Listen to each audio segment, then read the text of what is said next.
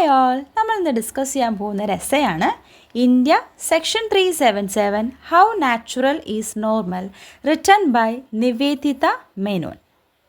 നിവേദിത മേനോൻ ഒരു റൈറ്ററാണ്, ഒരു പ്രൊഫസറാണ്. Currently a professor of political science at JNU, Delhi. Her interested areas are feminist theory, political theory and comparative politics. Her major works Seeking Like a Feminist, Gender and Politics in India and Sexualities. Section 377 എന്താന്ന് നോക്കാം. 377 of IPC criminalized homosexual act. The law led to discrimination against the LGBTQ plus the community. നമുക്ക് എന്താ നോക്കാം.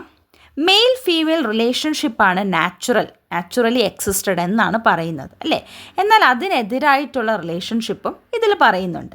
എക്സാമ്പിളായിട്ട് lesbian, ഗേ, transgender അതൊക്കെ. അപ്പോൾ ഇതൊക്കെ wrong ആണ് എന്ന് പറയുന്നതിന് എതിരെ വന്നൊരു ലോ ആണ് 377. അപ്പം അതിനെക്കുറിച്ചിട്ട് അതിന് എഗൈൻസ്റ്റ് ആയിട്ട് പറയുന്ന ഒരു എസ്സേയാണ് നിവേദിത മേനോൻ്റെ India section 377 how natural is normal. ഇനി നമുക്ക് ഈ എസ്സേ എന്താണെന്ന് നോക്കാം. നിവേദിത മേനോൻ പറയുന്നത് മെയിൽ ഫീമെയിൽ റിലേഷൻഷിപ്പ് മാത്രമല്ല നാച്ചുറലി എക്സിസ്റ്റഡ് എന്നാണ്. മെയിൽ ഫീമെയിൽ മീൻസ് ഗേ, ലെസ് ഇതൊക്കെ നാച്ചുറലി ഒക്കേർഡ് ആയിട്ടുള്ള ഒന്നാണ്. അവർക്കൊന്നും കൾച്ചറലി ഒരു ബന്ധവുമില്ല. എല്ലാം നാച്ചുറലി എക്സിസ്റ്റഡ് ആയിട്ടുള്ള, നാച്ചുറലി ക്രിയേറ്റഡ് ആയിട്ടുള്ള റിലേഷൻഷിപ്പാണ് എന്നാണ് നിവേദിത മേനോൻ ഈ ഒരു എസ്സേയിലൂടെ പറഞ്ഞ് തുടങ്ങുന്നത്.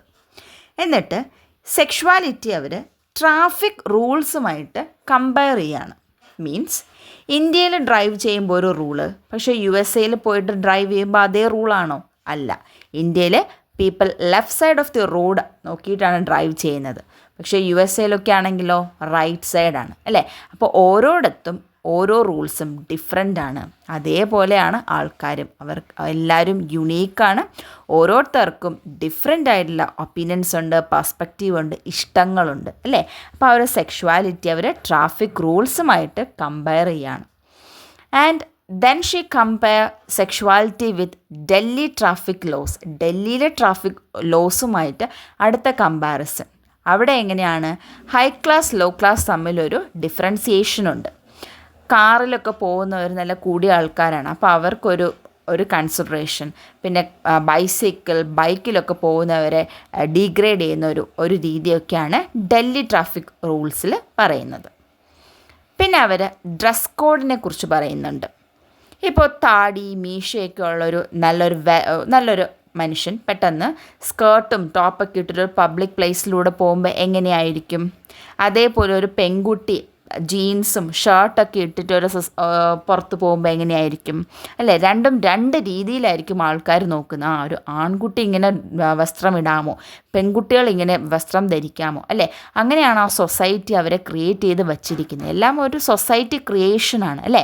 അപ്പോൾ ബോയ്സ് ഇങ്ങനെ ചെയ്യാവൂ, ഗേൾസ് ഇങ്ങനെ ചെയ്യാവൂ, സ്ത്രീകൾ ഉറക്കെ ചിരിച്ചുകൂടാ, മരത്തിൽ കയറിക്കൂടാ, ആൺകുട്ടികൾ ഇത് ചെയ്യണം, അവരെ ഹൗസ് ഹോൾഡ് വർക്ക്സിലൊന്നും എൻഗേജ് ചെയ്യാൻ പാടില്ല, അതൊക്കെ സ്ത്രീകളുടെ മാത്രം ഒരു ഇതാണ് എന്ന ഒരു പെർസ്പെക്റ്റീവ് നമ്മുടെ സൊസൈറ്റി ക്രിയേറ്റ് ചെയ്ത് വച്ചിരിക്കുന്നതാണ് അല്ലേ. അപ്പം പിന്നെ അതേപോലെ ആ ഡ്രസ് കോഡ്സ് ചില റിലീജൻസിലും പറയുന്നുണ്ട്. ഈ മതത്തിൽപ്പെട്ടവർ ഇന്ന ഇതേ ഇടാവൂ, അതേ സ്വീകരിക്കാവൂ എന്നൊക്കെ പറയുന്നുണ്ട്. അപ്പം അതിൻ്റെ ഒന്നും ആവശ്യമില്ല. ഓരോരുത്തർക്കും അവരുടേതായ റൈറ്റ്സ് ഉണ്ട്, ഇഷ്ടങ്ങളുണ്ട്. അതിനെക്കുറിച്ച് അടുത്തതായി നിവേദിത മേനോൻ പറയുന്നത്. ഇനി പറയുന്നത് ഇങ്ങനെ ഒരു ഇൻസിഡൻറ്റ് കേരളത്തിൽ നടന്നാൽ എന്ത് സംഭവിക്കും എന്നാണ്. ഒരു ഗേൾ വീട്ടിൽ പറയാണ് I want to be a man. എനിക്ക് പെൺകുട്ടികളുടെ രീതിയല്ല, എനിക്ക് ആൺകുട്ടികളെ പോലെ ആവണം. അല്ലെങ്കിൽ മെയിൽ തിരിച്ചു പറയാണ്, ഒരു ഗേളിൻ്റെ ഒരു രീതിയൊക്കെ കാണിച്ച് ഗേളിൻ്റെ ഇത് കാണിക്കുകയാണെങ്കിൽ എന്താ സംഭവിക്കുക? അങ്ങനെ ഒരു ബിഹേവിയർ കാണിച്ചാൽ അപ്പം തന്നെ ആ വീട്ടുകാർ അതവിടെ സ്റ്റോപ്പ് ചെയ്യാണ്. അത് എന്തുകൊണ്ടാണ്? സൊസൈറ്റി എന്ത് വിചാരിക്കും, മറ്റുള്ളവർ എന്ത് ചിന്തിക്കും എന്നതിൻ്റെ പെർസ്പെക്റ്റീവിൽ അവരുടെ ഇഷ്ടം അപ്പം തന്നെ അവിടെ അടിച്ചമർത്തുകയാണ് അല്ലേ. എല്ലാവരും എന്ത് വിചാരിക്കും എന്നതിൻ്റെ ബേസിസിലാണ് ആ ഒരു തോട്ടിൽ നിന്ന് ബാക്കിലോട്ട് പോകുന്നത്. എല്ലാവരും എന്ത് വിചാരിക്കുമെന്ന ബേസിസിലാണ്. ദെൻ ഷീ സേയ്സ് ദാറ്റ് ഇപ്പോൾ ഫുഡ് കഴിക്കുന്നത് അല്ലെങ്കിൽ വെള്ളം കുടിക്കുന്നത് അതിനൊന്നും ഒരു ലോയുമില്ല. നമുക്കിഷ്ടമുള്ള പോലെ ഭക്ഷണം കഴിക്കാം, വെള്ളം കുടിക്കാം, എല്ലാം ചെയ്യാം അല്ലേ. പിന്നെ എന്തുകൊണ്ടാണ് ഈ സെക്ഷുവാലിറ്റിയുടെ കാര്യത്തിൽ മാത്രം ഇത്രയും ലോസ്, ഇത്രയും അടിച്ചമർത്തൽ അല്ലെങ്കിൽ ഇത്രയും റൂൾസ് വരുന്നത് എന്തുകൊണ്ടിട്ടാണ്? സെക്ഷുവാലിറ്റി ഒരു പെർട്ടിക്കുലർ പീപ്പിളിന് കൾച്ചർ, ആ ഒരു പെർട്ടിക്കുലർ ഗ്രൂപ്പ് ഓഫ് പീപ്പിളിന് നാച്ചുറലാണ്, പക്ഷെ മറ്റുള്ളവർക്ക് അത് നാച്ചുറൽ അല്ല. അത് എന്തുകൊണ്ട് എന്നാണ് അവരിതിലൂടെ ചോദ്യം ചെയ്യുന്നത്. പിന്നെ ഇന്ത്യയിൽ ഒരു ഇൻഇക്വാലിറ്റി ഹൈ ആണ് അല്ലേ. ഇപ്പോൾ കല്യാണം കഴിഞ്ഞൊരു സ്ത്രീ പെട്ടെന്ന് അവരുടെ പേരിൻ്റെ കൂടെ ഹസ്ബൻഡിൻ്റെ പേര് ആഡ് ചെയ്യുക, അവരുടെ അഡ്രസ്സൊക്കെ മാറ്റി പിന്നെ ഹസ്ബൻഡിൻ്റെ കൺട്രോളിലായി മാറുന്നു. അത് കൂടുതലും ഇന്ത്യയിൽ കണ്ടുവരുന്നൊരു രീതിയാണ്. സ്ത്രീകൾ എന്താണ് എപ്പോഴും അടുക്കളയിൽ ഇങ്ങനെ തളച്ചിടുന്ന, അവരിങ്ങനെ വേജ് ഇല്ലാതെ ജോലി ചെയ്യപ്പെടുന്ന, ഡൊമസ്റ്റിക് വർക്ക്സിൽ മാത്രം എൻഗേജ്ഡായി മാറുകയാണ് പിന്നീട് അവർ ചെയ്യുന്നത്. എല്ലാം മാറി ഹൗസ് ഹോൾഡ് വർക്ക്സിൽ മാത്രം എൻഗേജ്ഡായിട്ട് ഇരിക്കുന്ന ഒരു രീതിയാണ് ഇന്ത്യയിൽ കാണുന്നത്. കൂടുതലും ഇൻഇക്വാലിറ്റി സിസ്റ്റം കൂടുതൽ ഇന്ത്യയിലാണ്. പിന്നെ ഒരിക്കലും പുറത്തു നിന്നുള്ള ഒരാളെ ഫാമിലിയിലേക്ക് അവർ ഇൻക്ലൂഡ് ചെയ്യത്തില്ല. ബ്ലഡ് റിലേഷനുള്ളവർക്ക് മാത്രമാണ് എപ്പോഴും മുൻഗണനയുള്ളത്. പിന്നെ ഇന്ത്യയുടെ ഒരു കൾച്ചർ, അവരുടെ ആ ഒരു രീതി അനുസരിച്ച് മെന്നിനാണ് ആ ഒരു പാരമ്പര്യം കാത്തു സൂക്ഷിക്കാൻ പറ്റുന്നത് എന്നാണ് പറയുന്നത്.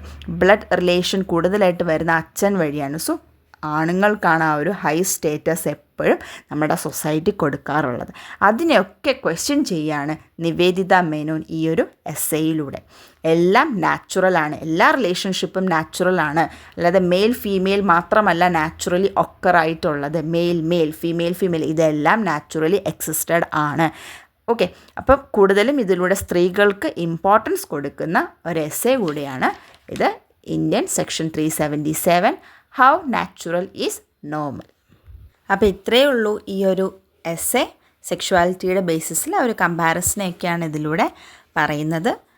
എല്ലാവർക്കും മനസ്സിലായെന്ന് വിചാരിക്കുന്നു. Thanks for watching.